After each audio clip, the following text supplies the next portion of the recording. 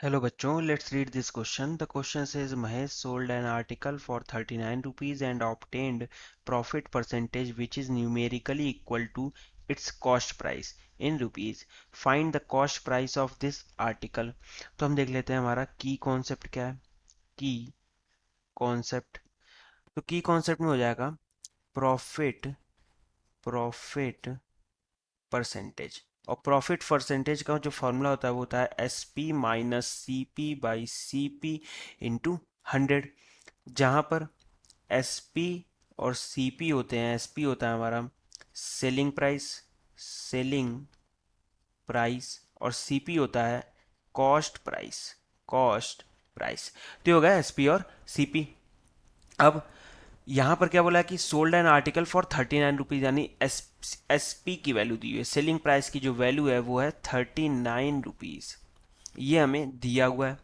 बोला है कि जो प्रॉफिट परसेंटेज है वो कॉस्ट प्राइस के बराबर है. इसका मतलब क्या हुआ, पहले तो प्रॉफिट परसेंटेज अगर लिखें, profit percentage is equals to S P हमें दिया है 39, तो 39 माइनस कॉस्ट प्राइस को सी पी लिखते हैं divided by C P into 100.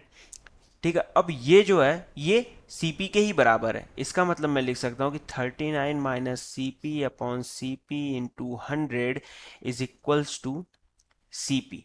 ठीक है, अभी हम यहाँ पे मान लेते हैं C P is equals to X. थोड़ा इजी, बस दिखने के लिए इजी रहे. ठीक है, आप सीपी से भी कर सकते हो, कोई इशू नहीं है. तो अब देखो ये क्या बने, ये जो हमारा इक्वेशन है इस इक्वेशन में क्या बन जाएगा, 39 में पहले तो 100 का मल्टीप्लाई होगा तो ये बन जाएगा 3900 माइनस 100. सीपी को एक्स बोला तो एक्स इज इक्वल्स टू ये सीपी और यहाँ पर सीपी मल्टीप्लाई होगा तो ये बन जाएगा सीपी का स्क्वायर या फिर एक्स का स्क्वायर. तो यहाँ से इक्वेशन क्या बन गया कि X square plus 100x minus 3900 is equals to 0.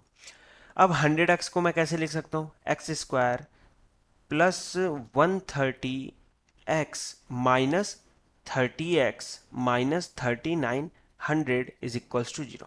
अब इसी तरह क्यों लिखा, सिंपल लॉजिक ये है कि जो यहाँ पर हम टर्म लिखते हैं 130 माइनस 30, तो आप देखो 130 माइनस 30 हमें क्या दे रहा है, 100 दे रहा है, और 130 इंटू 30 जो दे रहा है वो 3900 दे रहा है. ठीक है, और माइनस 30 ही क्यों किया, सिंपल है कि अगर आप यहाँ पर माइनस 30 करोगे तो ये माइनस 3900 हमें देगा जो यहाँ पर है.